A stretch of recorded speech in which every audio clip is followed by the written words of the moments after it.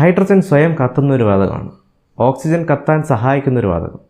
എന്നാൽ രണ്ടും ചേർന്ന് ലഭിക്കുന്ന ജലം എന്ന് പറയുന്നത് തീയെ അണയ്ക്കാനായിട്ട് നമ്മൾ യൂസ് ചെയ്യുന്നതാണ്. എങ്ങനെയാണ് ജലം തീയെ അണയ്ക്കുന്നത്? അതാണ് ഇന്നത്തെ വീഡിയോ. നമസ്കാരം, സഹപാഠിയുടെ പുതിയൊരു വീഡിയോയിലേക്ക് ഹൃദയം നിറഞ്ഞ സ്വാഗതം.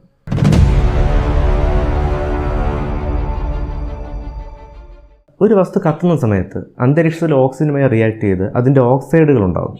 അപ്പം കുറച്ച് ഹീറ്റും പുറത്തേക്ക് വിടും. ഇതിനെയാണ് ജ്വലനം എന്ന് പറയുന്നത്.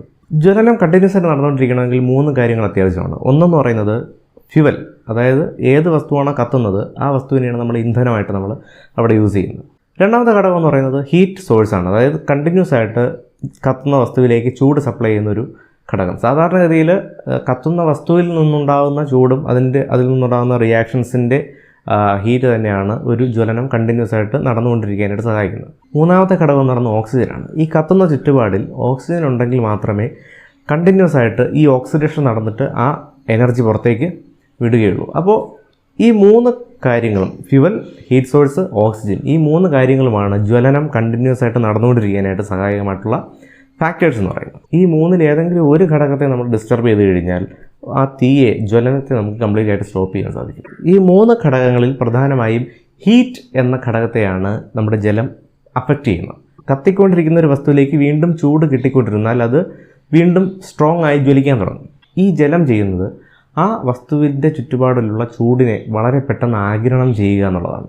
ഒരു വസ്തുവിൻ്റെ താപനില ഉയർത്താനായിട്ട് ഞാൻ എത്രത്തോളം ഹീറ്റ് അതിലേക്ക് സപ്ലൈ ചെയ്യണം, ചൂട് അതിലേക്ക് സപ്ലൈ ചെയ്യണം എന്നുള്ളതിൻ്റെ അളവിനെയാണ് ഹീറ്റ് കപ്പാസിറ്റി എന്ന് പറയുന്നത്. ജലത്തിനെ സംബന്ധിച്ചിടത്തോളം ജലത്തിന് വളരെ കൂടിയ ഒരു ഹീറ്റ് കപ്പാസിറ്റി ഉണ്ട്. ജലത്തിൻ്റെ ഹീറ്റ് കപ്പാസിറ്റി അപേക്ഷിച്ച് വളരെ കുറവാണ് തടിയുടെയും പേപ്പറിൻ്റെയൊക്കെ ഹീറ്റ് കപ്പാസിറ്റി എന്ന് പറയുന്നത്. അതുകൊണ്ട് നമ്മൾ കത്തിക്കൊണ്ടിരിക്കുന്ന ഒരു വസ്തുവിലേക്ക് ജലം ഒഴിക്കുമ്പോൾ ഈ ജലം ആ ചുറ്റുപാടിലുള്ള കൂടുതൽ ചൂടിനെ വലിച്ചെടുക്കാനായിട്ട് സഹായിക്കുന്നു.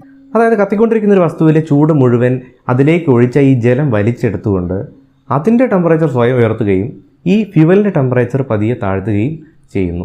ഒരു പരിധിയിൽ കൂടുതൽ ടെമ്പറേച്ചർ താഴ്ന്നു കഴിഞ്ഞാൽ പിന്നെ ഒരു വസ്തുവും കത്തില്ല. ഈ ഒരു കാരണം കൊണ്ടാണ് ജലത്തിനെ നമ്മൾ പല സന്ദർഭങ്ങളിലും ഹീറ്റ് സിങ്ക് ആയിട്ട് യൂസ് ചെയ്യുന്നത്. അതായത് ചൂട് റിമൂവ് ചെയ്യണം എന്നുള്ള ഘട്ടങ്ങളിൽ നമ്മൾ ജലത്തിനെയാണ് കൂടുതൽ യൂസ് ചെയ്യുന്നത്. ന്യൂക്ലിയർ റിയാക്ടറുകളിൽ പോലും കൂളൻ്റായിട്ട് നമ്മൾ ജലത്തിനെ യൂസ് ചെയ്യാറുണ്ട്. ഇനി എല്ലാതരം തീയെ നമുക്ക് വെള്ളം ഉപയോഗിച്ച് അണയ്ക്കാൻ പറ്റില്ല. പേപ്പർ, തുണി, തടി, ഇങ്ങനെയുള്ള ചില വസ്തുക്കൾ മാത്രമേ നമുക്ക് ജലം ഉപയോഗിച്ച് അണയ്ക്കാൻ പറ്റുന്ന തീ ഉണ്ടാക്കുന്നുള്ളൂ.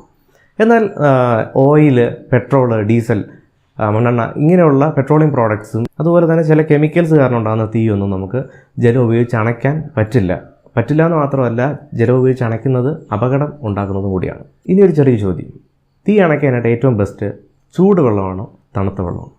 അതിൻ്റെ ഉത്തരം നമുക്ക് അടുത്ത വീഡിയോ നോക്കാം. Thanks for watching.